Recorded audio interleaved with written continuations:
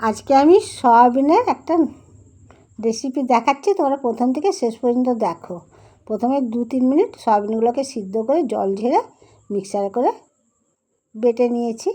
এবারে ওইটাকে লবণ, হলুদ, একটা আলু সিদ্ধ, 3 চামচের মতন বেসন,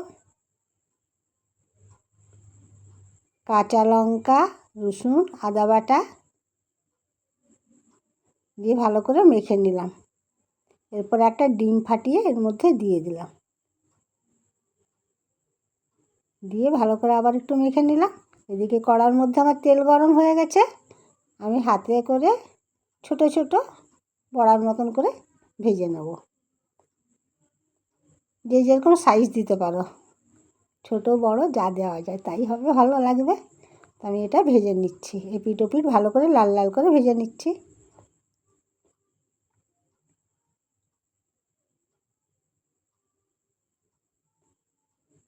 তো প্রায় এগুলো আমার ভাজা হয়ে এসেছে, এবার আমি তুলে নেব।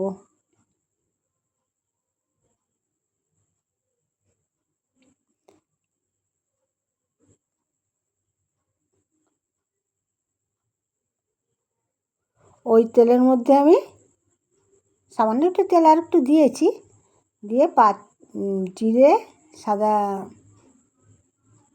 সাদা জিরে, শুকনো লঙ্কা, তেজপাতা দিলাম, অল্প একটু পেঁয়াজ কুচানো দিয়ে দিলাম। এবারে বেটে রাখা আদা, রসুন, কাঁচা লঙ্কা দিয়ে একটু ভাজা ভাজা করে নেব।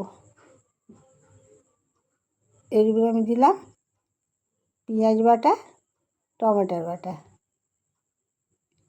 জিরের গুঁড়ো, যেহেতু কাঁচা লঙ্কা দিয়েছি বলে ঝাল লঙ্কার গুঁড়োটা দিলাম না, কাশ্মীরি লঙ্কার গুঁড়ো দিলাম কালারটা ভালো করার জন্য।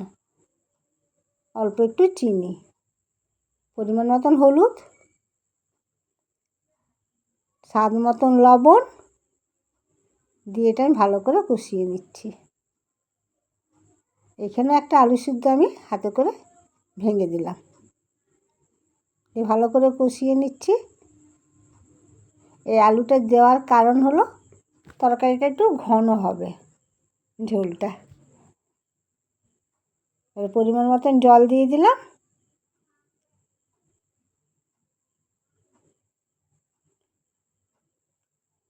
এই ধনেপাতা কটা দিয়েছি, আমার হাতের সামনে ছিল বলে দিয়েছি, না দিলেও চলবে। গরম মশলার গুঁড়ো দিয়ে ভালো করে নাড়াচাড়া করে ভেজে রাখা সয়াবিনের বড়াগুলো এর মধ্যে আমি দিয়ে দিচ্ছি।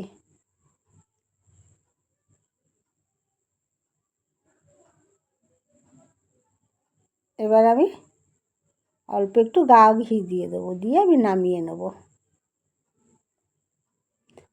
আর তোমাদের যদি ভালো লাগে তাহলে লাইক, শেয়ার, কমেন্ট করো, তাহলে সাবস্ক্রাইব করো। পারলে বানিয়ে খেও, খুব ভালো লাগে গো। একটা তরকারি দিয়ে ভাত খাওয়া হয়ে যায়, আর কিছু লাগে না এতে। আমার তো খুব ভালো লাগে, তাই তোমাদেরকে বললাম তোমরা একবার পারলে করে খেও, খুব ভালো হয়।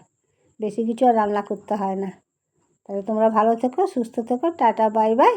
আজকের মতন যাই, আবার পরে দেখা হচ্ছে।